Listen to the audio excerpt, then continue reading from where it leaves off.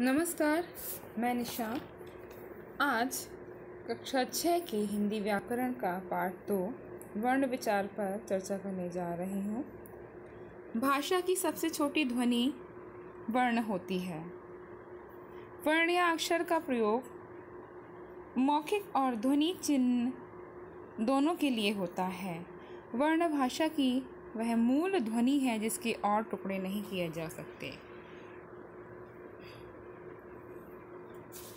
सबसे छोटी ध्वनि भाषा की जो होती है उसे वर्ण कहते हैं, क्योंकि इसके टुकड़े नहीं किए जा सकते। आइए वर्णमाला के बारे में जानते हैं। वर्णों के व्यवस्थित समुदाय को वर्णमाला कहते हैं। वर्णमाला अर्थात वर्णों की माला, अक्षरों की माला। हिंदी वर्णमाला में कुल 52 वर्ण हैं,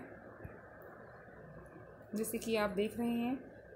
आ इ ई उ ऊ ऋ ए ऐ ओ औ अंग अहा। अंग और आह जो है इसको स्वर में नहीं गिना गया है, इसीलिए इनको अलग से कॉलम में लिखा गया है। ये आयोग वाह के अंतर्गत आते हैं, तो इसको छोड़ कर के कुल 11 स्वर होते हैं।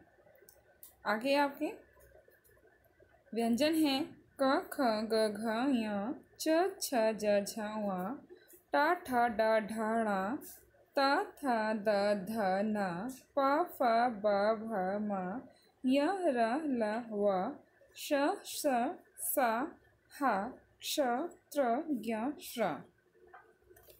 ड़ और ढ़ को भी अब व्यंजनों में जोड़ लिया गया है। इस प्रकार से स्वर और व्यंजन कुल मिलाकर 52 वर्ण कहलाते हैं। जिस तरीके से आप वर्णमाला को यहाँ पर देख रहे हैं, वर्णमाला के 2 भाग किए गए हैं, स्वर और व्यंजन। स्वरों के 2 भेद हैं, ह्रस्व और दीर्घ। इसके अलावा एक और स्वर का भेद होता है प्लुत स्वर, जिसको यहाँ पर नहीं दिखाया गया है क्योंकि प्लुत स्वर का प्रयोग अब प्रायः कम होने लगा है। तो पहला है ह्रस्व स्वर, जिसमें कि आ ई उ ऋ। दीर्घ स्वर में आ ई उ ए ऐ ओ औ। ये 7 वर्ण हैं और ह्रस्व स्वर में 4 वर्ण हैं। आगे व्यंजन। व्यंजन में सबसे पहले स्पर्श व्यंजन क ख ग घ ञ च छ ज झ व ट ठ ड ढ ण त थ द ध न प फ ब भ म तथा ड़ और ढ़। कुल मिलाकर ये 27 व्यंजन होते हैं जिनको स्पर्श व्यंजन के अंतर्गत रखा जाता है, या फिर हम ये कहें क से माँ तक और ड़ और ढ़ ये सारे स्पर्श व्यंजन के अंतर्गत आते हैं। दूसरा है इसमें अंतस्थ व्यंजन। अंतस्थ व्यंजन के अंतर्गत या र ला वा 4 वर्ण हैं। ऊष्म व्यंजन में स श श स ह, इसमें भी 4 वर्ण हैं। आगे आगत व्यंजन। आगत में देखिए एक नुक्ता लगाया गया है दोनों वर्णों के नीचे, इसको हम ज और फा बोलेंगे। इसके आगे है संयुक्त व्यंजन, इसको श त्र ज्ञ श्र। ये कुल मिलाकर के 11 स्वर और 41 व्यंजन, ये 52 वर्ण के अंतर्गत हैं। इनकी हम आगे चर्चा करेंगे। वर्ण के भेद। वर्ण के 2 भेद होते हैं, स्वर और व्यंजन। स्वर, जो वर्ण किसी अन्य वर्ण की सहायता के बिना बोले जाते हैं वे स्वर कहलाते हैं। ये संख्या में 11 हैं। अ आ इ ई उ ऊ ऋ ए ऐ ओ औ। स्वर के भेद। स्वर को 3 भागों में विभाजित किया गया है, ह्रस्व स्वर, दीर्घ स्वर और प्लुत स्वर। आइए ह्रस्व स्वर के बारे में जानते हैं। जिन स्वरों के उच्चारण में कम से कम समय लगता है उन्हें ह्रस्व स्वर कहते हैं। ह्रस्व का मतलब होता है छोटा। तो हम प्राय बच्चे छोटे बच्चे बोलते हैं छोटा आ, इस तरीके से छोटी ई, तो ह्रस्व का मतलब होता है छोटा। तो जिस वर्ण के, जिस स्वर के उच्चारण में कम से कम समय लगता है वह ह्रस्व स्वर के अंतर्गत आता है। इन्हें मूल स्वर भी कहते हैं और इनकी संख्या 4 है। अ, ई, ओ, रे, ये ह्रस्व स्वर है। दीर्घ स्वर, जिन स्वरों के उच्चारण में मूल स्वरों के उच्चारण से दुगना समय लगता है उन्हें दीर्घ स्वर कहते हैं। ये संख्या में 7 हैं। दीर्घ मतलब बड़ा, तो जो पहले ह्रस्व है छोटे हैं और छोटे से जो बड़ा रूप आया तो वो दीर्घ कहलाया। तो इसके अंतर्गत जो स्वर हैं आ, ई, ऊ, ए, ऐ, ओ, औ, इनको आप खुद भी बोलकर देखेंगे तभी आप जान जाएंगे कि हाँ किन वर्णों के उच्चारण में कम समय लग रहा है और किन वर्णों के उच्चारण में अधिक समय लग रहा है। जिनके उच्चारण में कम समय लग रहा है वे ह्रस्व स्वर के अंतर्गत आएंगे और जिसमें ज़्यादा समय लग रहा है यानी दुगना समय लग रहा है वे दीर्घ स्वर के अंतर्गत आएंगे। तीसरा इसका प्रकार है प्लुत स्वर।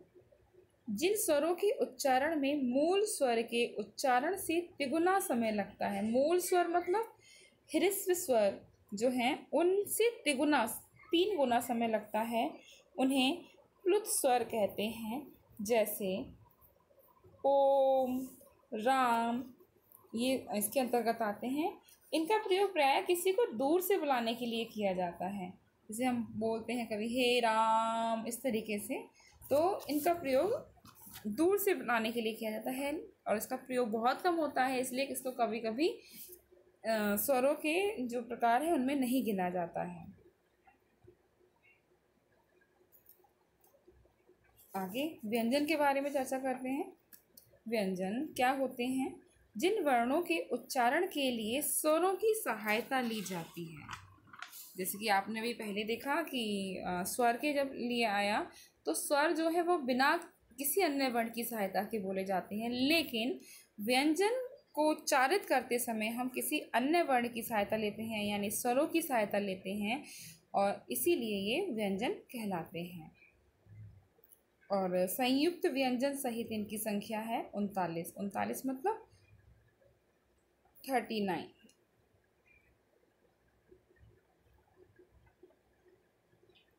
व्यंजन के भेद।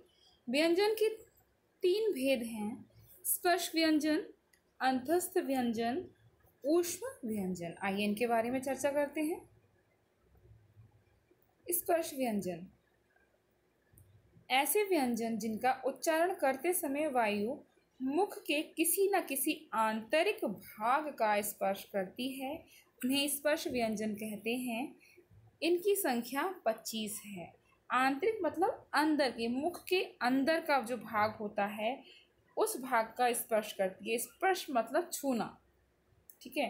तो स्पर्श का मतलब छूना। तो जब हम उच्चारित करते हैं इन वर्णों को और हमारे कंठ का या हमारे मुंह का आंतरिक भाग जैसे कंठ कहलाता है, तो उस भाग का जब स्पर्श करती है वायु तो उसको स्पर्श व्यंजन कहते हैं। इनकी संख्या 25 है, या यूँ कहें क से लेकर माँ तक ये सारे स्पर्श व्यंजन के अंतर्गत आते हैं। अगला है अंतस्थ व्यंजन। अंतस्थ व्यंजन ऐसे व्यंजन जिनका उच्चारण स्वरों तथा व्यंजनों के मध्य का होता है, उन्हें अंतस्थ व्यंजन कहते हैं। ये संख्या में 4 हैं: य, र, ल, व।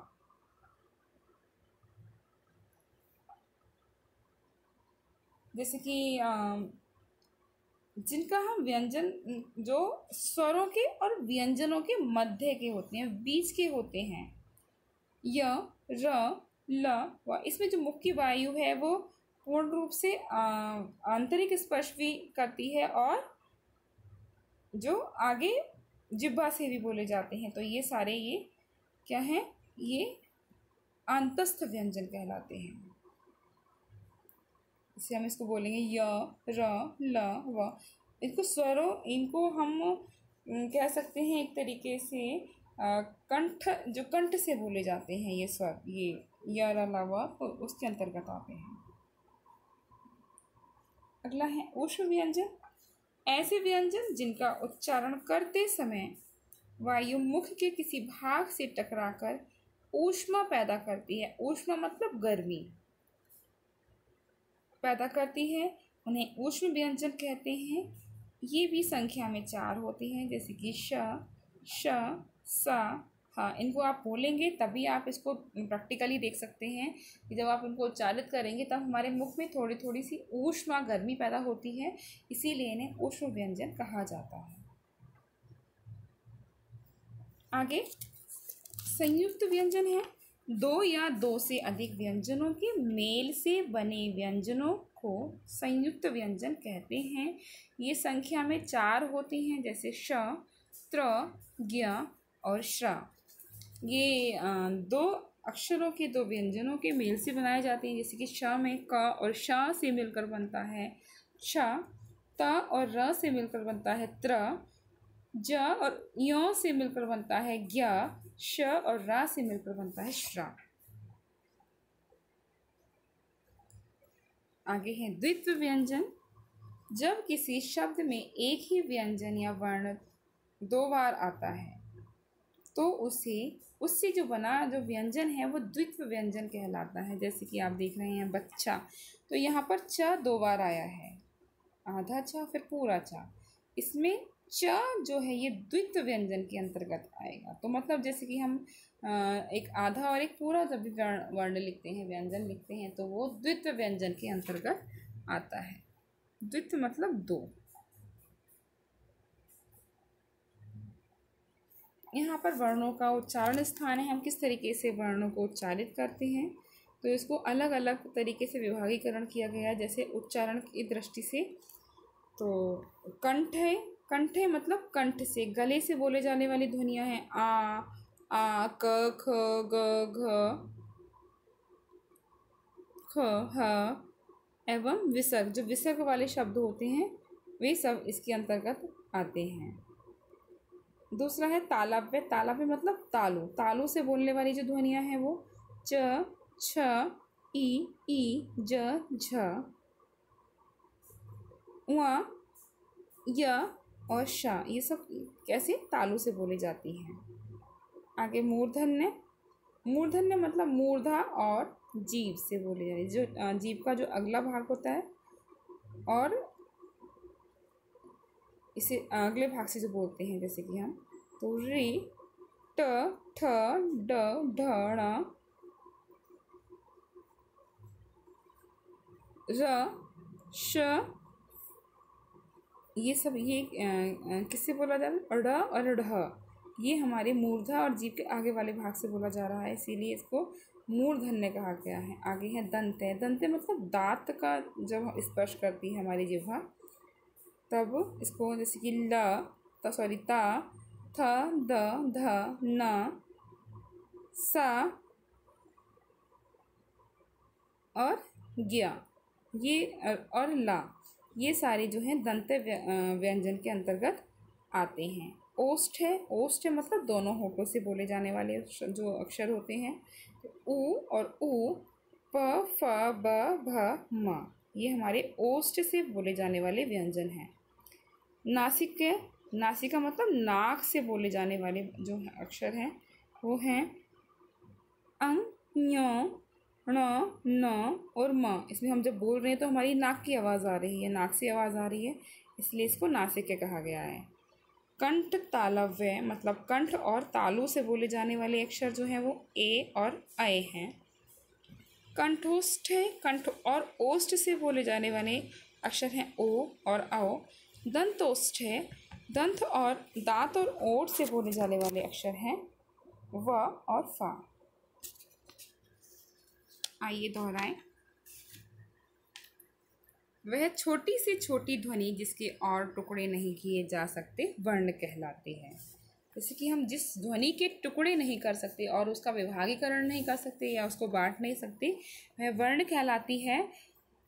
वर्णों का व्यवस्थित मतलब क्रमानुसार क्रम में लगा हुआ जो समूह होता है वह वर्णमाला अर्थात वर्णों की माला कहलाता है। जिन वर्णों का उच्चारण स्वतंत्र रूप से तथा किसी अन्य ध्वनि की सहायता के बिना किया जाता है वे स्वर कहलाते हैं।